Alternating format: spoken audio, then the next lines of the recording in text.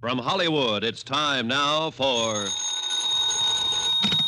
Johnny Dollar. Tim Connors, John boy. Congratulate me. Congratulations, Tim. What for? I just had another boy. 7 pounds, 12 ounces. Hey, you like cigars? Sure. Well, come on down and pick one up. Oh, maybe you better pack a suitcase, too. I got one for you out in Culver, Montana. Where's that? I just told you. Out in Montana somewhere. We have a debt policyholder there named Henderson. Henderson, huh? Yeah. Now, we don't know if he was murdered, committed suicide, or had an accident. Well, what does it look like? All three. Okay, Tim, be there in an hour.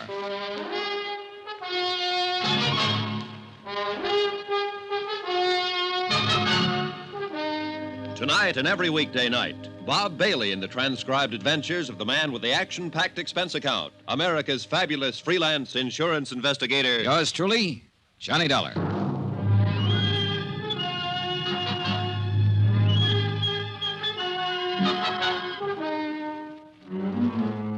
Expense account submitted by Special Investigator Johnny Dollar to Paramount Insurance Adjusters, Hartford, Connecticut.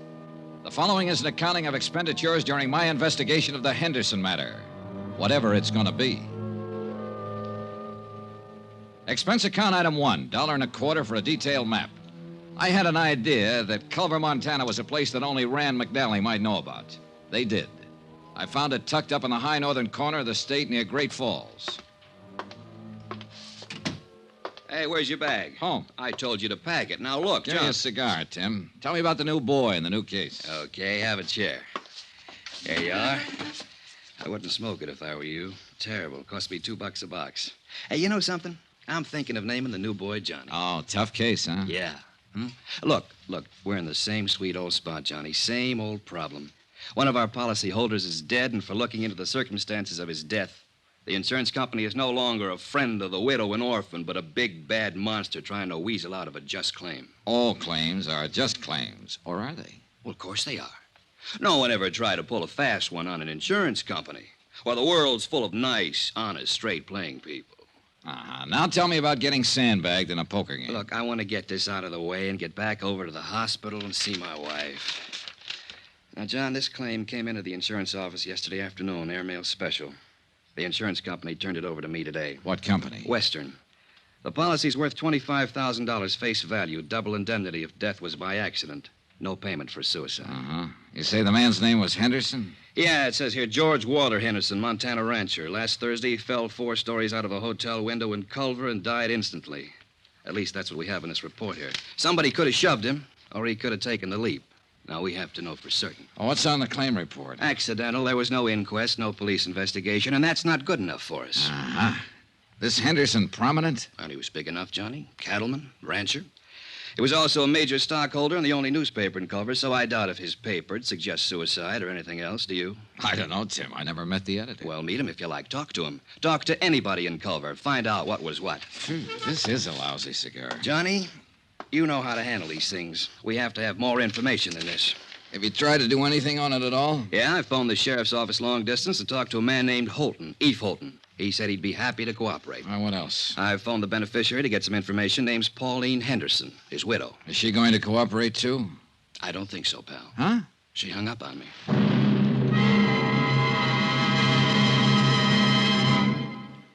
We will continue with the Henderson matter in a moment. Friends, how'd you like to thrill your favorite youngster with some of the most exciting toys of the year? Picture the breathless excitement of any child surrounded by 6 gaily colored balloon-like giant animals up to 3 feet long, and all for the low, low price of just $1. First, you get Bounzo the clown with round pot belly and funny nose. Next comes Hoppy the Australian kangaroo. Third, there's Roscoe the roller skating bear. He's 2 feet tall and looks almost like real. Fourth, there's Whitey the fat indoor snowman. And fifth, Mortimer the giant mouse, 18 inches long and sure to scare the whiskers off any cat. That's 5 different giant animals. But now hold your breath for the most sensational toy of all, the star of the whole Christmas season, the jolly giant talking Santa Claus, guaranteed to make everybody's Christmas a merrier one. on. He's a big, roly-poly, happy Santa. He stands erect on 2 legs, is actually over 3 feet tall and 32 inches around. Best of all, he actually talks. Just pull the tape and he says, Merry Christmas for all to hear. He's the biggest, merriest, talkingest Santa ever. Sure to please your youngsters and spread good cheer. Yes, Giant Santa proves there really is a Santa Claus. That's a total of 6 giant animals made of brightly colored preformed sturdy latex, which the kids can easily inflate. And the cost, just $1, not for each. Just $1 for all 6 of these lovable giants who'll turn your home into a circus parade. And here's a surprise. Mail your order today and you'll also receive absolutely free Peter the Rabbit, actually over 2 feet tall with big red ears almost 9 inches long. But you must send now. Rush $1 plus 10 cents for packing and mailing for each set you want to Giant Animals, Box 90, Grand Central Station, New York City.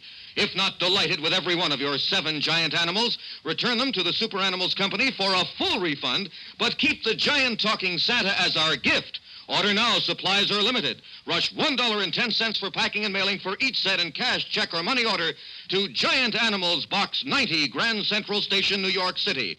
That's $1 plus 10 cents with your name and address. Mail to Giant Animals, Box 90, Box 90, Grand Central Station, New York City. Giant Animals, Box 90, Grand Central Station, New York City. Expense account item 2, $185.65. Airfare, Hartford, Connecticut to Great Falls, Montana. The nearest point I could make to Culver by air. Item 3, $3. I took the train to Culver. Sometimes when I'm having nightmares, I dream about the smelter stack standing up against the cadaverous hills that lie to the south of town. Everything, including the 3 or 4 feet of snow covered with a uniform dinginess, made Culver an ugly little town set in an ugly notch between 2 ugly mountains. The only hotel in town was the Butte. It happened to be 4 stories high. It also happened to be the place where George Henderson had met his death.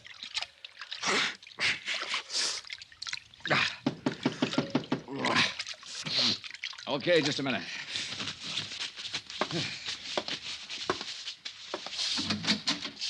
Mr. Dollar? Yeah.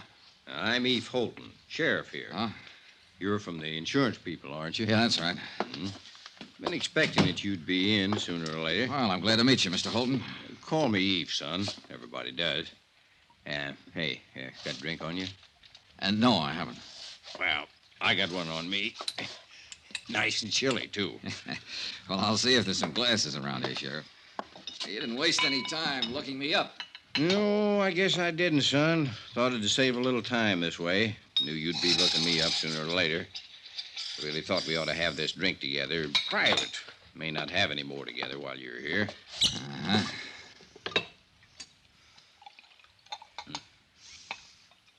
Well, health and happiness, boy. Same to you. Now, this drink we're having, this is in your room, and I'm just a fellow welcoming you to Culver. In my office or on that street out there, I'm a sheriff, and I'm going to be real official. All right, go on. I want you to notice I'm not asking any questions of you, son. I'm just answering anything that you might want to ask me right now. All right. You're going to have to plow ahead yourself on this one, pretty much alone. And let me tell you what kind of plowing you got in store for you. Excuse me. Now, first off, this is a little burg like you ain't used to. We got 3,500, 4,000 people living here. Some of them working that mine you've seen on your way into town. Others hire out to work on the ranches around here. Some in business. Uh-huh. Very tight little place. We hardly ever fool around with anybody else. Sure. Now, you're here because your insurance company don't like to pay off on a policy without knowing whys and wherefores. They don't like the word accident without knowing some of the details. No, they don't. There's a lot of people here, most people, who don't care about those details.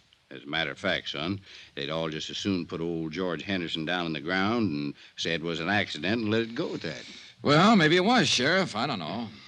But I'm going to find out. Yeah, well, now, let me go on. Those people who don't like the details don't like detail getters. You understand? Yeah. Scare you any? Not yet.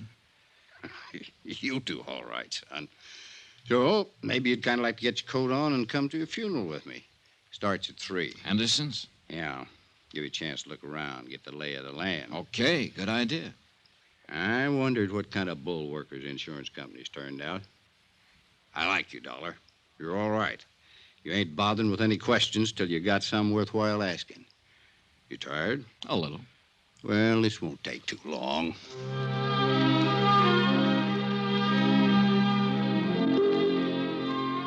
A half hour later, I was standing beside Sheriff Eve Holden on a flat-top hillside that served as a cemetery. The snow was white and gleaming under the winter sun of the mid-afternoon skies, the air cold and crisp. To thee, our heavenly Father, who knoweth all things, we commit the body of our beloved to thy eternal care. Thy will be done. Trusting ever in thy mercy, we invoke the consolation of thy sheltering wing. Earth to earth, ashes to ashes, dust to dust. In sure and certain hope of resurrection into eternal life, in the name of the Father, and of the Son, and of the Holy Ghost. Amen. Yeah. Oh, that's that. Yeah. Poor George. Eve. Hmm? Which one is Mrs. Henderson? There. That's Pauline Henderson? Yeah, that's her. Well, she can't be more than 25. 26, to be exact, Dollar. I went to her birthday party 2 months ago. Well, how old was George Henderson? 59. Went to his party, too. Yeah. Pretty thing, hmm? Very. Any other family? Nope. No other wife, huh? Nope. Want to meet her? No, not right now. Mm-hmm. Well, suit yourself. Kind of thought you might start thinking when you got a look at her. Hmm? Now, just keep on the way you're doing. You're doing fine. When there's something you got to know, you'll find out. Well, Eve, I already know one thing. Yeah? What's that? I'm going to ask for a coroner's inquest. Just from seeing her? Just from seeing her. Mm-hmm. You're a sly one, Johnny. Johnny Dollar. Eve Holden, how are you this morning? Oh, pretty good, Sheriff. How about yourself? Oh, I'm fine, dandy. You were over at the city hall this morning, huh? Yeah, that's right. I requested the coroner to conduct an inquest into the death of George Henderson. Yeah, I know. The coroner left it up to me. Huh? Yeah, came into my office and asked me if I had any reason to conduct an inquest into the death of George Henderson. I told him I didn't have any reason, but I'd do it if I was ordered to. Well, what happens now? Well, somebody will have to decide whether there's going to be an inquest or not. Who? Mayor, I guess. I don't know. Anyhow, you stirred up some action, and you'll be getting it. Yeah, where? Just stay where you are, son. My guess is it'll come right to you.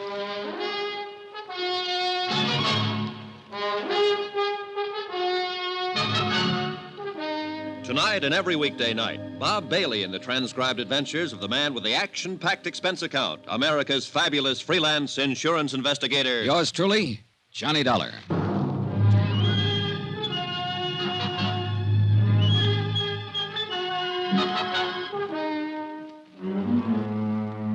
Expense account submitted by Special Investigator Johnny Dollar to Paramount Insurance Adjusters, Hartford, Connecticut. The following is an accounting of expenditures during my investigation of the Henderson matter.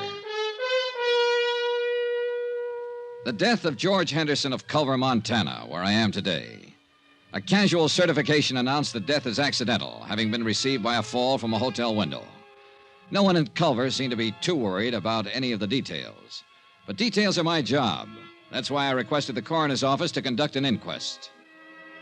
I took Sheriff Holton's suggestion and waited to see what my request flushed up in the dingy-colored mountains of Culver. An hour later, my first bird winged up to my hotel room. He was a tall, gray-haired man in a Stetson, earmuffs, and the western version of a Chesterfield. His Honor, Mayor Newton. Mr. Dollar, I want to talk to you about this request you made for an inquest into George Henderson's death. Yes, sir, Mr. Mayor. You are aware, of course, that George's death, and he was one of my beloved and personal friends for many, many years, was a great blow to the entire community. No, I didn't know that, Mayor Newton. Huh? Only the smallest part of the community were at his funeral yesterday afternoon. His widow and I'd say not more than half a dozen other people. Well, I understand that your insurance company is not quite satisfied with the certification. Is that correct? More or less. What would they need to be satisfied, sir? An exact knowledge of how Mr. Henderson fell out that hotel window. I would rather no inquest were held into Mr. Henderson's death. Why? Why, sir, George Henderson is dead and buried. It should remain that way. If an inquest were to be held, it would only prove that George fell out of a window.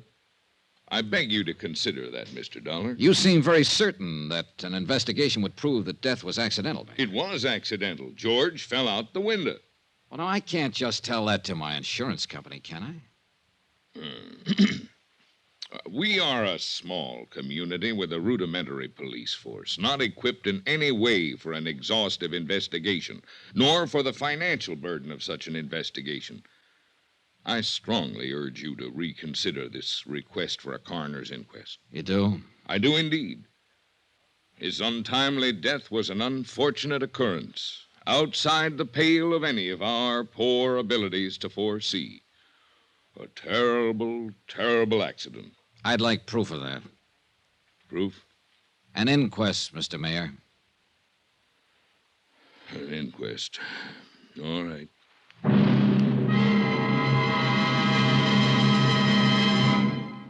We will continue with the Henderson matter in a moment. Friends, how'd you like to thrill your favorite youngster with some of the most exciting toys of the year?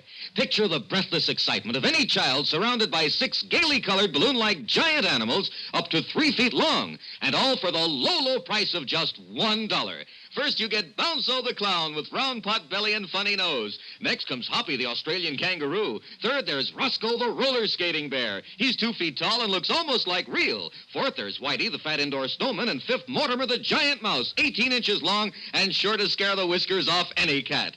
That's 5 different giant animals. But now hold your breath for the most sensational toy of all, the star of the whole Christmas season, the jolly giant talking Santa Claus. Guaranteed to make everybody's Christmas a merrier one. He's a big, roly-poly, happy Santa. He stands erect on 2 legs, is actually over 3 feet tall and 32 inches around.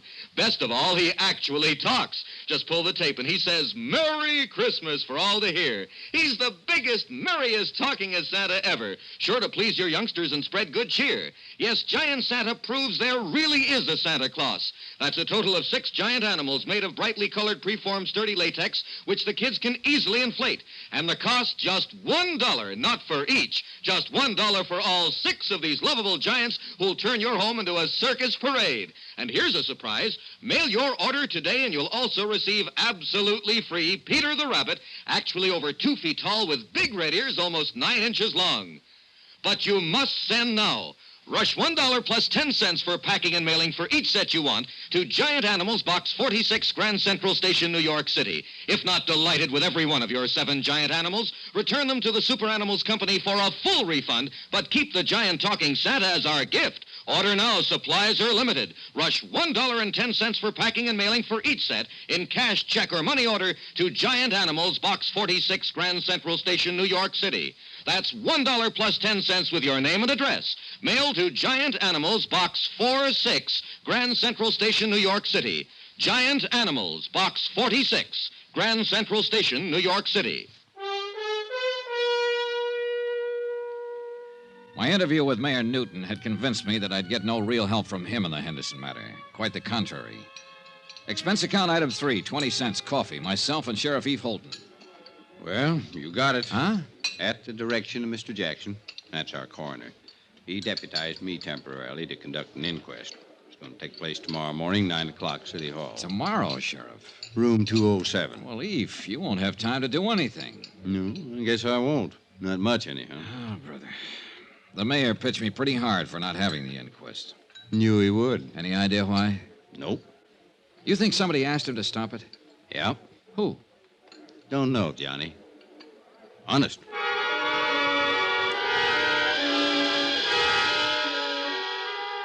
The next morning, I struggled my way against a belligerent north wind to City Hall and the inquest, if you could call it that. I sat in the back of the room and listened while a Dr. Horace Nam assured the 6-man jury that George Henderson was quite dead when he was called out of his office and examined him on the street. Dr. Nam reckoned George had died from a broken neck. An ancient bellhop, a desk clerk, and a chambermaid gave their versions of what had happened the day Henderson fell out the window. You swear to tell the truth, the whole truth, so help you God? I do, Sheriff. I'm the acting coroner today, Miss Copley. Sit down. Now, when did you see Mr. Henderson last? Last Thursday morning Where was this, Miss Cubley? at the Butte Hotel. Mm-hmm. You know what time of the morning it was? About 10 o'clock. I went in to make his bed and straighten up his room. I see. I made his bed while he worked on some papers there, and then I left. Did you see him after that? No, sir. You didn't see him come downstairs for breakfast or anything? No, sir. Do you know if anybody went up to see him? I believe I saw Mrs. Henderson in the lobby after that. Do you see Mrs. Henderson in this room? Yes, sir. I believe that's Mrs. Henderson over there. No, that's Mrs. Henderson. Now, do you know if Mrs. Henderson visited Mr. Henderson in his room? No, sir. I don't know that. Miss Cubley, did you happen to notice if anyone else went up to Mr. Henderson's room that morning? No, sir. It went on all morning long. Sheriff Holton, acting in the coroner's position, questioned person after person. All had more or less the same vague knowledge concerning George Henderson's death. I was most interested in Pauline Henderson's testimony. Now then, Mrs. Henderson, when did you last see your husband? Thursday. I went to see him about noon, maybe a little before. Where did you see him, Miss Henderson? At the Butte Hotel, in his room there. The same room he occupied prior to his death? Of course. The same room from which he fell? Yes. Were you alone when you went to see him, Mrs. Henderson? Yes. I must have left before 12:30. I had an appointment at the dentist.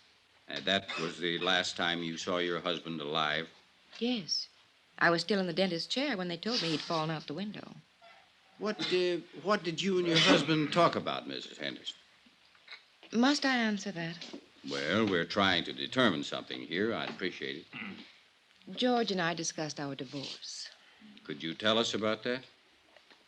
George and I decided to part about a month ago. He moved out of the house and moved into the hotel. Mm-hmm. Outside of the divorce, were you on good terms? Oh, yes, we've always been on good terms. Mrs. Henderson, do you think there's a chance that he might have thrown himself out that window?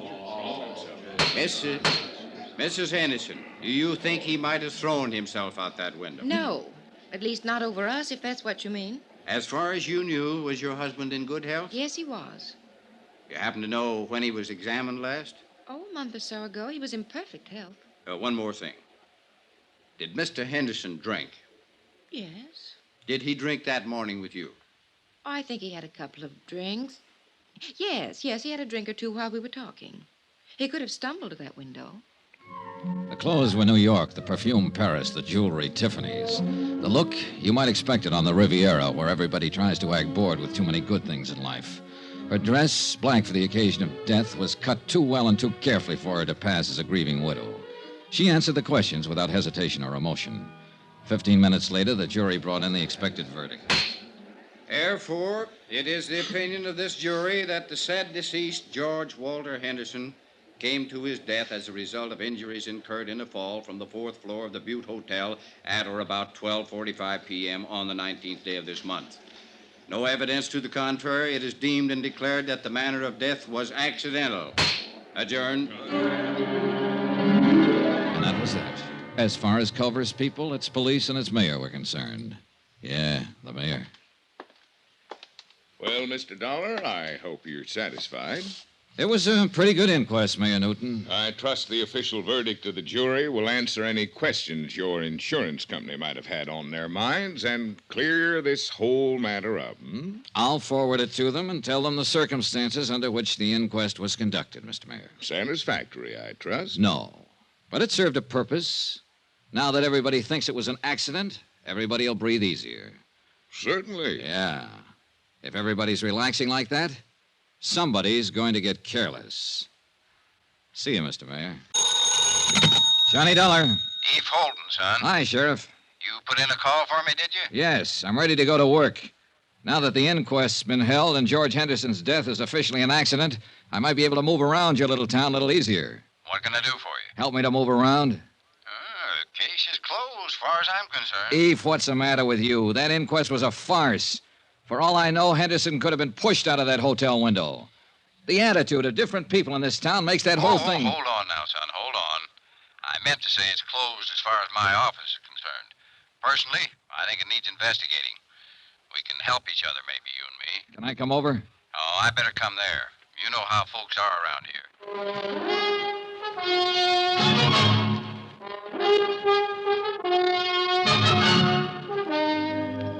tonight and every weekday night, Bob Bailey in the transcribed adventures of the man with the action-packed expense account, America's fabulous freelance insurance investigator. Yours truly, Johnny Dollar.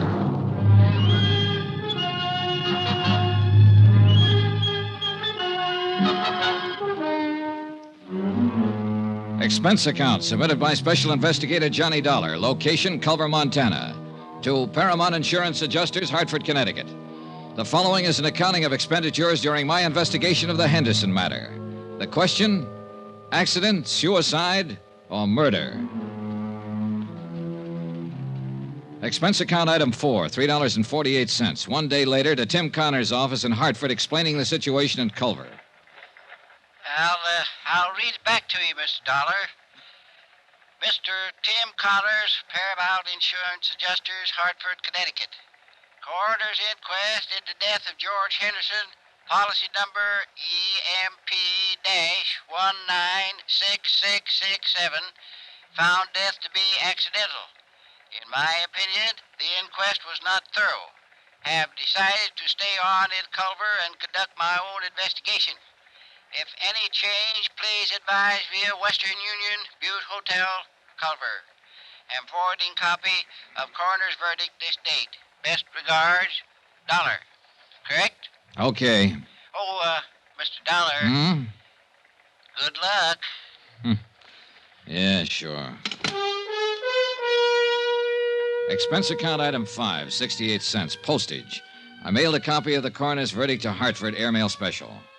After that, I went back to my hotel to wait for the sheriff, Eve Holton. Come on in, Eve. Oh. Hello. Hello. Mr. Dollar, my name's Porter. I'm the manager of this hotel. Oh, well, come in, Mr. Porter. I can't right now. I've got some other things to attend to. Well, anything I can do for you, Mr. Porter? I'm going to have to ask you for your room, Mr. Dollar. Oh? When? Today. Any particular reason? We're all filled up. The room's been reserved for 6 weeks. By whom? What? Who reserved it? Why, a man from Bozeman. It's a sort of convention. Sort of convention? What kind of convention is that, Mr. Porter? Look, Mr. Dollar, you'll have to leave this room today. The man's coming in tonight. Uh-huh. And there's no other hotel in town? That's the way it is, Mr. Dollar. No other place to stay? No. So I have to pack my bags and get out of town, is that it? I must have the room, Mr. Dollar. Who asked you to say you wanted the room, Mr. Porter? Who asked you to come here and kick me out? Why, no one. Well, you go back to no one, Mr. Porter, and you tell no one that I'm staying right here in this room here in Culver until I finish what I have to do here. You tell that to no one, will you? Mr. Dollar, I'd hate to call the police. Go ahead, Mr. Porter. Be sure and tell them about the sort of convention you're having and how all the rooms are sold out. Tell them about Mr. No One and tell them I called your bluff. Anything else, Mr. Porter? I was at the stage where I was beginning to take notes for myself. Note 1, the mayor didn't want to have an inquest into the death of George Henderson. Note 2, when they did have an inquest, they didn't want to really find out anything. Note 3, Mr. Hotel Manager wanted me to keep on not finding out anything by getting me out of town. I explained all of this to Eve Holton when he showed up a half an hour later. Kind of tight, isn't it? I don't know what that means, Sheriff, but it's pretty stupid. Yeah, it's stupid, son, but it could be effective. Now, I'll tell you what. If Porter calls the police, I'm the police, so don't worry about that. I'll hem him and haw him. All right, thanks. Now then, tell me how much your insurance company's stuck for. $50,000 if Henderson's death goes by as an accident. The good book says that's what it was. I know. There's a chance, too, he had a heart failure and fell out of that window. No, sure. Always a chance. We might have to dig him up and find out, Sheriff. Oop, no, hold on. Autopsies and digging people up is one thing you'd have a hard time doing around here. I might insist on it. I don't know. We'll let that go for now. Say, tell me about Mrs. Henderson. Where's she from? Here. Right here in Culver. Now, she didn't get that mink coat and those diamonds she was wearing at the inquest in Culver. More important, she didn't get that continental look here either. So what's the story? Well, her name was Pauline Underwood before she married George. Born and raised right here in Culver. Of course, she went to school in the East, and she's been in Europe a couple of times, but most of her life's been right here. She is a mighty pretty widow. And a mighty rich one, too. Henderson had it. I know. This divorce she talked about at the inquest yesterday. Well, everybody in town knew they weren't getting along, never did get along. How could they? Pauline's 26 and George is 59. He could have been her father. As a matter of fact, he almost was. Well, tell me about that. You got a drink? Oh, yeah. Well, George raised Pauline from the time she was 14. He paid for all her schooling and growing up. She didn't have any folks after her old man died. George was pretty good to her. He sure was. Was he a friend of her parents? Well, Tom Underwood worked out at the ranch for George. When he died, there was Pauline standing around. Oh, yeah. Oh, thanks. And she eventually married him and his money, huh? Well, I wouldn't put it that way exactly. I think she liked him. Now, I've gone over what you're thinking, son. Those two were talking about divorce for some time. The papers had been drawn up for a settlement. She'd have got a lot of alimony and so on. Oh, Pauline had no call to push him out that window or have him pushed out. At least not for money. All right. Suppose he didn't want a divorce. Suppose he loved her and she came to the hotel room that morning and he pleaded with her to try all over again. Suppose she said no. Suppose she said no in a great big cold way. And George Henderson sat there and thought about it after she left. And he got sick all over and he walked over to that window and... Suicide? What do you think? You know him. He wasn't a suicide type, Oh, son. nobody's the suicide type until they come to the end of the line, Eve. Then it's too late to interview them and ask them how they got there. Everybody seems to think it was an accident, so I'm just throwing words around. Well, you have a right to do that if you aren't satisfied, son. Hey, getting back to this hotel again. Who might want me to get out of town and not ask any questions? Anybody. Well, who? No idea. But it's somebody who has some feelings in this. Hey, who owns this hotel, Eve? Noah Baxter. Who's Noah Baxter? Rancher. Got a place about 15 miles from here. Pretty big man. Uh-huh. Friend of Henderson's? Yeah. And let me put that question a little different. Baxter a friend of Mrs. Henderson's? I don't know. Can you find out? I can try. Well, find out about him and any other friends, Eve. Friends that might be younger, that might have gone to Europe or school in the East. Yeah. Sure. What are you thinking now, son? Well, now, if I were Mrs. Henderson and my husband fell out of a window in this hotel and killed himself, I'd hire a lawyer and I'd sue the hotel for damages. If the insurance company didn't pay off my claim, I'd hire a lawyer and insist that they pay that claim. I'd do those things right away, Sheriff, especially if I thought it was all legitimate. Yeah. Yeah. 2 hours later, I received a wire from Tim Connors. He requested me to look up a man named Thurber, an insurance broker living in Great Falls. Expense account item 6, $4.92, tank of gas. I borrowed Sheriff Holton's car and drove the 80-odd miles to Great Falls that afternoon. Mr. Thurber bought lunch. My Lord, I hope there isn't anything to all this, Mr. Dollar. I just hope there isn't. George Henderson. Yeah, well, there isn't anything to anything yet, Mr. Thurber. I'm still trying to find out the facts. Oh, I knew you were over in Culver. I tried to call you there a couple of times. You were out both times. Finally, I put in a call to the home office in Hartford. I talked to this man, Connors, with the adjustment agency. Yeah. You see, Mr. Dollar, it's like this. I've been over in Jackson Hole for 5 days now hunting duck. We were way in, and I didn't hear about Henderson's death until I got back yesterday. Uh-huh. Now, look, Mr. Dollar, I don't know what reflection this will have on your attitude toward this case. But 2 days before I left, Mr. Henderson telephoned me here in Great Falls. He said he wanted to change the beneficiary on his policy. Oh, in other words, he was going to cut his wife out, huh? Yes, I suppose so. I know they weren't getting along. There'd been talk of divorce. Yes, I guess so. Uh-huh. Did he name a new beneficiary? Yes, a school teacher in Culver named Matilda Knickerbocker. Everybody calls her Maddie. What was his connection with her? None that I know of. I think it was just a name for him to throw in until he could decide on another beneficiary. Why, he didn't have... Wait a minute. Maddie Knickerbocker. Just a school teacher. Everybody knows her. He was awful mad when he talked to me that day. I could tell it in his voice. Now, here's what might interest you just a little more. The day I left on my hunting trip, Mr. Henderson phoned me again. He said to never mind.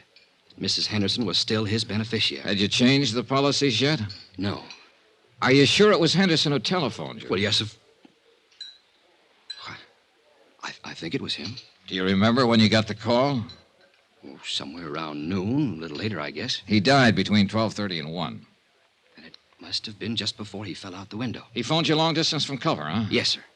Well, he was supposed to have been in the hotel all morning, so he had to phone from his room. Well, you can check that, can't you? You'd be surprised how hard it is to check simple things like that around the Butte Hotel. Did you know Henderson very well, Mr. Thurber? He was a customer. I wrote a lot of insurance for him. Know his wife? Oh, yes. Well, tell me about them. Well, go ahead, Mr. Thurber. Now, look, accidents rarely have reason behind them. Suicides and murders always do. You don't think it was an accident? Well, let's say I've heard enough and seen enough to make it a draw so far. Go ahead, tell me about him. And I wish I was married to Mrs. Henderson. I mean, I wish she could see me. I think most any man who's ever met her hoped the same thing. Young men, old men, any kind. But she picked George. George was as tough and leathery as these mountains around us, exactly her opposite. But Pauline married him. He raised her. He was close to her all her adult life. Yes. But, Mr. Dollar, you know and I know she didn't have to marry him. She could have married anybody here in Culver or anybody in London or Paris. You see what I mean? Not quite. Well, I always had the idea that after she married him, she kept letting him know she could have had anybody else she wanted. Go ahead, Thurber. I think she married him for his money. I think she would have killed him for his money. Johnny Dollar. This is Mrs. Henderson. You asked me to call, Mr. Dollar? Yes, Mrs. Henderson. I'm with Paramount Insurance Adjusters. Oh, yes. You probably know we asked for the inquest into your husband's death. Yes, I know. We're trying to clear up the entire matter as quickly as we can, Mrs. Henderson. I'd like to talk to you. Oh? Hate to trouble you at a time like this. Well, that's all right, Mr. Dollar. When do you want to talk? May I come out to the house this afternoon? There's a nice restaurant called Big Horn Lodge on the highway. How about meeting you there at, say, 4 o'clock? Good. I'll be there.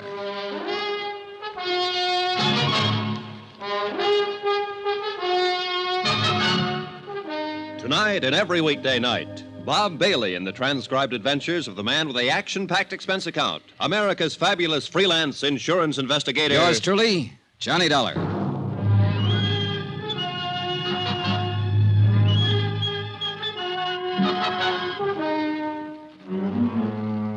Expense account submitted by Special Investigator Johnny Dollar to Paramount Insurance Adjusters, Hartford, Connecticut. The following is an accounting of expenditures during my investigation of the Henderson matter. Expense account continued. Item 7, $5. One pair of galoshes, believe it or not. It snowed in Culver, Montana during the night, all night. By morning, 14 inches of fine new snow covered everything in sight. After my phone call to Mrs. Henderson, I spent the morning trying to rent an automobile. There was none to be had, so that afternoon I dropped over to see Eve Holton, my sheriff friend. Well, son, you're going to catch your death unless you start wearing a scarf. Yeah, I'll remember that, Eve.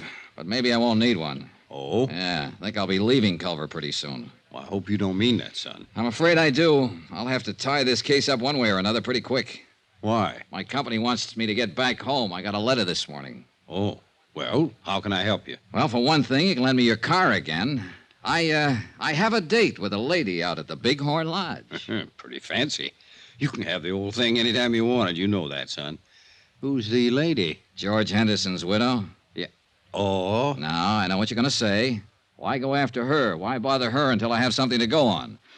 Well, I got to do something, Eve. I'm no nearer now to knowing whether Henderson was pushed out that hotel window, fell, or jumped. I think I have enough of an idea of Henderson and his wife to pick up some valuable information from her. Any objections? Nope. Johnny, a couple of days ago, you asked me to look up people who might have been especially friendly to Mrs. Henderson. You still want to know about them? Yeah, sure. Well, I'm working on it. Anyone so far? Nobody I'd put in that category. What time you have to be at the Bighorn? 4. It'll take you a while. Wouldn't hurt to start right now. She's parked out back. Okay, thanks, Eve. Good luck. And don't let her rang-dangle you, son. She could do it if she wanted to. Goodbye, Eve. 10 minutes later, I was on the road to Bighorn Lodge, which also happened to be the same road I'd traveled 2 days before to attend George Henderson's funeral. As I drove past the graveyard, white and stark against the blue winter sky, I noticed a car parked along the side of the road, a little Chevy coupe about 1952.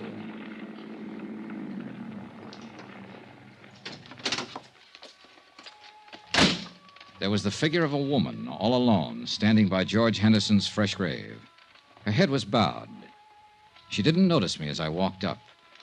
A gray-haired woman, about 45, slight, delicate. Gentle. Oh, I'm sorry. I didn't mean to startle you. Oh, that's all right. Must be getting late. Dear, it is. Do I know you? Why, I don't know. I'm Mattie Knickerbocker. The name had startled me. The day before, an insurance broker in Great Falls had mentioned her. Told me that George Henderson had named her his beneficiary, then changed his mind a few minutes before he died. Your name's not Campbell, is it? No, Johnny Dollar. Oh, Johnny Dollar. You remind me of a boy I had in one of my classes once, Torrey Campbell. Oh, you're a teacher, Miss Knickerbocker? Yes. Everybody knows me, I think. Or at least I flatter myself that way. Well, I should be going. I knew Mr. Henderson, too. Oh? He was a wonderful man, George. He was very dear to me. I'll find it difficult getting used to the fact that he'll never be around anymore. George had a wonderful laugh, didn't he? Yes, yes, he did, Mrs. Knickerbocker. I never really thought that he ever grew up. Of course, you knew him in a business way, and I'm sure he was very, very grown up in business. But it doesn't hurt to think of him this way now, does it? I don't think so, Miss Knickerbocker. I didn't come to his funeral. I didn't think I could bear it. I thought I'd just drive out this afternoon and say goodbye by myself. Well, I apologize for interrupting you. Not at all, please. Funny little things. The birds in the snow. Oh. Such tiny, wonderful little things. A little bit of God in each of them, Mr. Dollar, wouldn't you say? Yes, ma'am. I don't know why. I think George would like to know they're here, near him. Miss Knickerbocker, I have to tell you... No, you don't, Mr. Dollar. I know who you really are. Everyone in town knows. You seem like a nice young man. Was it curiosity that made you stop your car? Yeah, I suppose so. I apologize. Oh, you needn't. I'm just an old friend of George's, saying goodbye to him. Good afternoon, Mr. Dollar. Goodbye. Talking to Mattie Knickerbocker, I felt that for the first time, somebody, namely Mattie, had talked frankly and truthfully about George Henderson. I was still thinking of the frail, drab little woman with the nice blue eyes when I met Pauline Henderson at the Bighorn Lodge. What are these matters you want to clear up, Mr. Dollar? Oh, just some doubts in my mind about your husband's death. What do you drink? Pernod. Pernod. I learned to like it in France. All right. One Pernod, bourbon, a little water on the side. Yes, sir? You sound like George when you order. Hey, I like your Bighorn Lodge. And I have to say, when it's elegant in the West, it's elegant. I'd like a light, please. Oh, sorry. Sure. Thank you. Mrs. Henderson, do you mind if I don't stall any longer with the drinks, the smokes, and the compliments? I'm surprised you've stalled this long. I've heard you're a very blunt and impulsive man. I spoke to an insurance agent named Thurber yesterday in Great Falls, your husband's agent. Mr. Thurber told me that your husband wanted to name a new beneficiary last week. Really? Yeah. He named Matilda Knickerbocker. Mattie Knickerbocker. I'm not surprised, I suppose. Mattie's a lovely woman. I know George was very fond of her. Mr. Thurber also told me that Mr. Henderson changed his mind about that the day he died. In fact, he phoned Mr. Thurber in Great Falls and told him to leave the policy as it was. He did that a few minutes after you left his hotel room, a few minutes before he died. Can you explain any of that, Mrs. Henderson? Why don't you ask Mattie Knickerbocker? Because I don't think she'd know. I ran into her this afternoon, and I talked to her. Oh, not about this, just about other things. I'll look her up again if I have to. But it's you I want information from now. Then why don't you ask what you mean, Mr. Dollar? All right. Did something happen in that hotel room that made him change his mind about you? That's better. I do wish that ridiculous little man would bring our drinks. He will.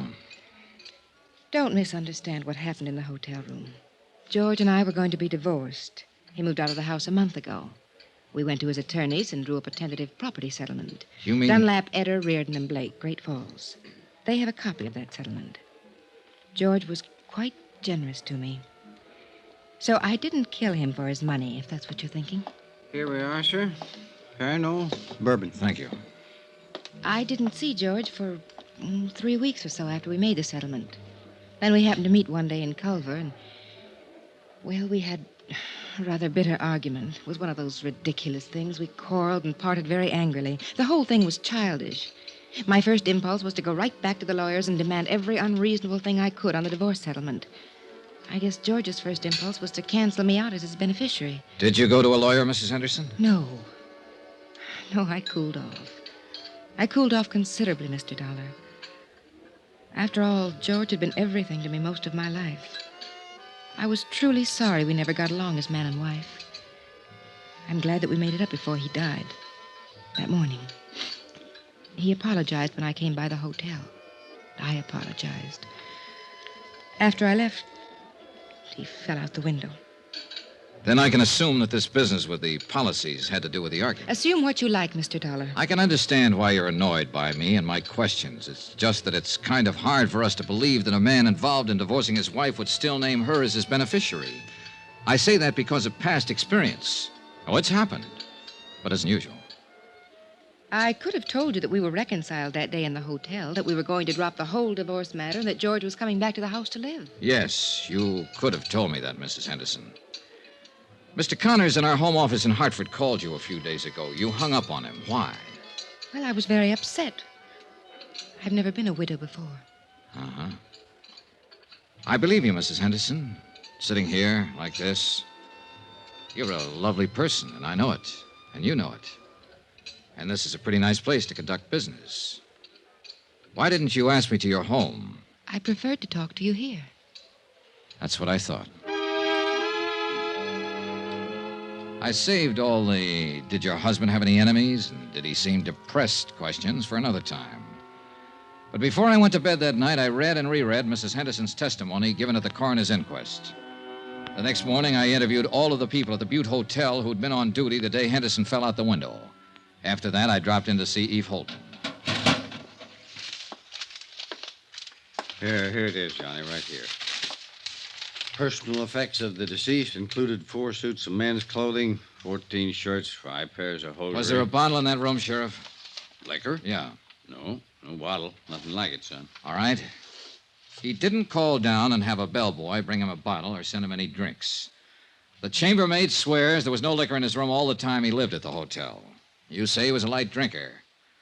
Now, what light drinker takes a nip before he has his breakfast? Who said he had a drink that morning? Mrs. Henderson. What? On the witness stand, under oath at the inquest. She testified that her husband had a drink before she came up to the room and while she was there.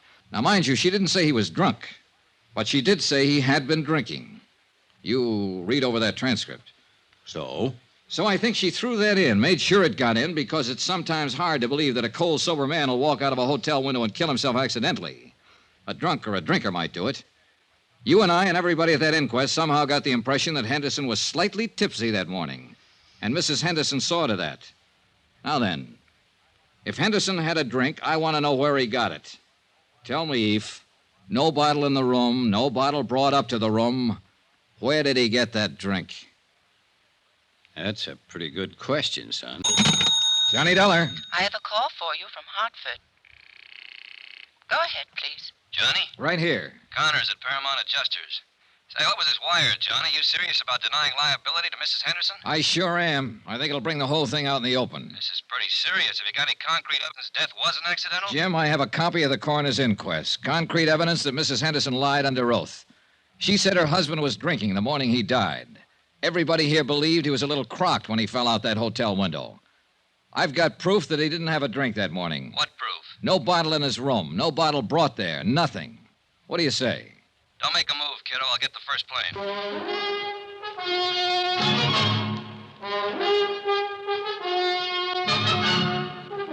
Tonight and every weekday night, Bob Bailey in the transcribed adventures of the man with the action-packed expense account, America's fabulous freelance insurance investigator. Yours truly, Johnny Dollar.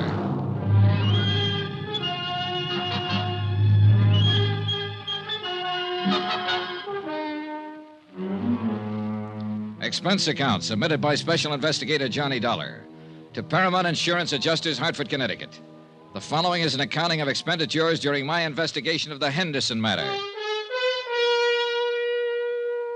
Sheriff Holton agreed that there was enough of a doubt about the circumstances prior to George Henderson's accidental death to warrant an official re-examination of all the facts. He promised me the police would start an immediate investigation. That was all I needed. I knew Mrs. Henderson would be re-questioned and that the pressure would start to build up. 14 hours later, when Tim Connors arrived in Culver, I had some pressure of my own. Well, Johnny, what? Well, the best thing we can do now is move in. Deny liability on the grounds that the accident is not proved. I suppose Mrs. Henderson sues us. All right, let her. Then the burden of proving that her husband's death was accidental would be on her. Look, Tim, contrary to her testimony under oath, Henderson didn't have a drink that morning he died. All right, she made a mistake. He had a heart attack, got dizzy, and tumbled out of the window. He wasn't drunk. Oh, don't talk nonsense, Tim. Listen to me. Mrs. Henderson was ready for the coroner's jury a couple of days ago, and she was ready for my questions when I saw her yesterday. The only one she wasn't ready for was you a few days ago when you phoned her long distance. You said she hung up on you. Well, she half apologized to me for that, but it was because she couldn't think of anything to say. Well, maybe you're right. But suppose he did die accidentally, and suppose it is a just insurance claim. I tell you it isn't. And the fact that she made a mistake testifying about him having a drink can... Hey, Johnny, do you have anything else? 3 things: instinct, experience, and statistics. Pauline Henderson's a young woman. She married a wealthy older man.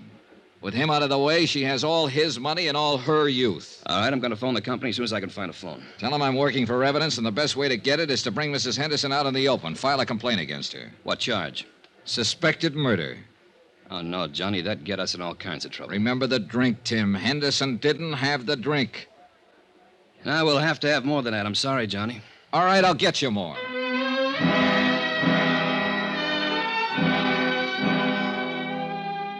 An hour later, I was with Sheriff Holton comparing notes. He reported that after questioning Mrs. Henderson, she admitted she might have been mistaken about Henderson drinking the morning of his death. She wasn't sure. But Eve Holton said what we both were thinking. You went in front of the coroner's jury and gave a misleading impression, son. Made us think that George was drunk and stumbled out the window. Well, we better find out who helped her pull this off. Sheriff Holton had every man in his office working on the case by then. It was a long, tedious job of combing over everything in Pauline Henderson's background to find a possible accomplice. About 5 in the afternoon, I drove to the Henderson ranch with Holton. Mrs. Henderson was out, but we interviewed one of the servants. That's right, sir. Once, twice a week. You know where she drove to on these trips? I have no idea. Mrs. Henderson get up early in the morning, be gone all day. How do you know she went out of town? Well, she generally take a small suitcase with her, change of clothes. You don't take those when you're visiting a friend in town, do you? Tell us what car she'd use on these trips. A Cadillac. Always come back covered with mud and ice. Always have to be washed up. Mr. Henderson used to complain about that. About the car being dirty? About the trips, mostly. He and Mrs. Henderson had some pretty good arguments about him. He'd say Mrs. Henderson shouldn't visit that man. What man? Just that man. I never knew who it was they argued about. You've known Mrs. Henderson quite a long time, huh? Yes, sir. Knew her when she was a little girl, when she first came here. Saw her grow up, go away to school, go away to Europe, come back a little more grown up and a little different every time. Were you surprised when Mr. Henderson married her? Well, no. Well, yes, guess I was. Because she was so much younger? Not that so much. I mean, well, Mr. Henderson, he had something about the plains and cattle and the mountains about him. When he moved, it was as big as all them things. Mrs. Henderson was different. She didn't fit in here? Is that what you're trying to say? I think she fit. Not like him, though. Before they were married, they were sort of like good friends. I mean, they'd ride horses and go hunting and laugh and talk about different things. Mrs. Henderson, she traveled Europe, saw so many things and places in the world. She fit here, but then she didn't belong here. I feel awful about Mr. Henderson's being dead. If there was anything wrong with the way he died, I'd like it to be fixed. Mrs. Henderson will probably fire me for talking like this, but I don't care. This house isn't the same no more.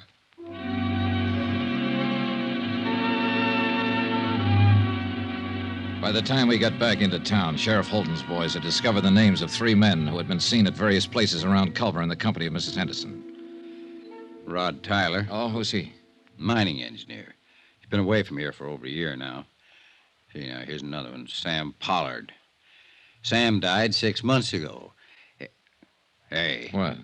Noah Baxter. Noah Baxter. That name's vaguely familiar. Yeah, he owns a hotel you're staying in. A couple of ranches, too. Well, he might have been the one who tried to have you thrown out. Oh. He also owns the mayor. Young man? About 30, 35. Let's go see him. Another drive, this time north of Culver to the Baxter Ranch. We found Noah Baxter busy with his help shoring horns on cattle. A lean, tall man with thin features. If you're trying to find out if I've been seeing Pauline on the sly while she'd been married to George, why didn't you come right out and ask? All right, and have you? No, not on the sly. There's nothing between us. George knew any time she came over here to see me. He was a good friend of mine. I'm sorry he's dead. Pauline's a good friend of mine, too. I'm sorry you people are thinking what you are about us. Let's go up the house. It's getting cold. All right, Stan, that's enough for today. No, I got to ask you this. Where were you last Thursday? The day George died, Sheriff? Yeah. I was right here. Can you prove that? Sure. Ask anybody. You boys want a drink? No, thanks. No. Well, I do. Mac! Mac! I get it myself. When was the last time you were in Culver, Mr. Baxter? 3-4 weeks ago. My cook and the others handle what supplies we need. Do you mind if we talk to some of your help around here? No. What do you want to talk to him about? About last Thursday? About what happened when Mrs. Henderson came here to visit? It wouldn't look good if she came here to visit me, would it? Well, that depends on the circumstances, no? She'd come and sit there and read and look at some of those paintings. We'd talk when I had time. Anything wrong with that? No.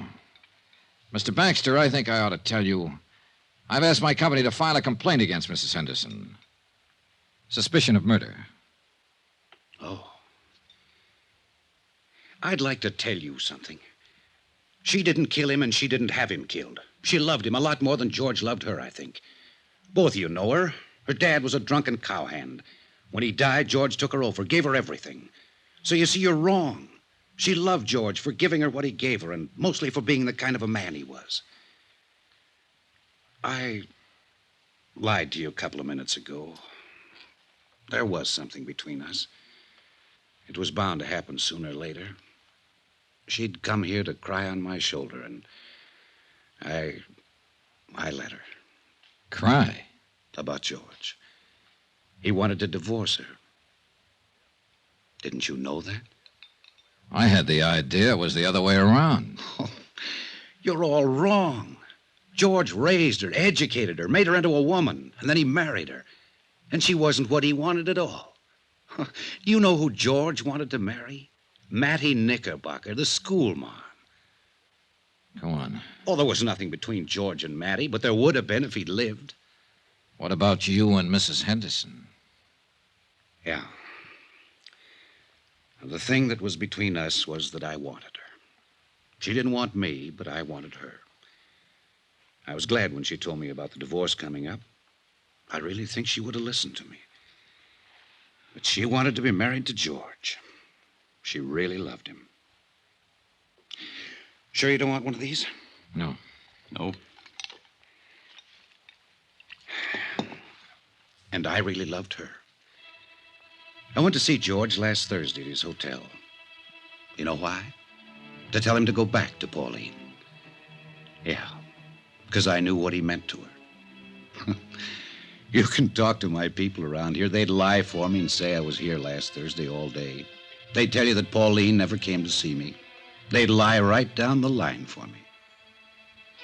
But, Mr. Dollar, I can't let you get out that complaint and take her in. One of my trucks was taking some beef to the hotel last Thursday. I rode in with the driver and went in the back way. I went right up to George's room to talk to him. Pauline had just left. I wanted to talk to him about the same things I've been telling you. I didn't want to hurt him. I loved him, the same as everybody loved him. When I got to his room, he wouldn't let me talk at all. He was mad that I interfered, and he tried to swing on me. I shoved him once. He went out the window.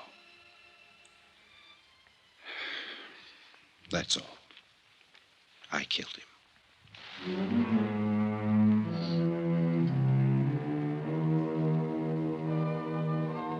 Expense account, item 8, $58.15, hotel and food while in Culver, Montana.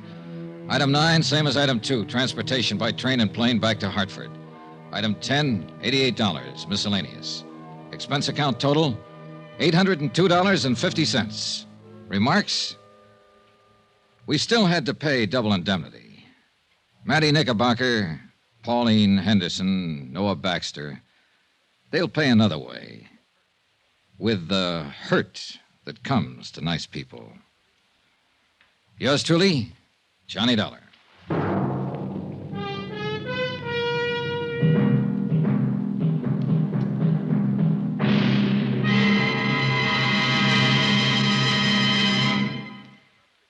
Remember, there'll be another exciting story beginning next Monday night. Next week, a real mystery, complete with plenty of action, a beautiful blonde, and a killer lurking in the shadows. Join us, won't you? Yours truly, Johnny Dollar.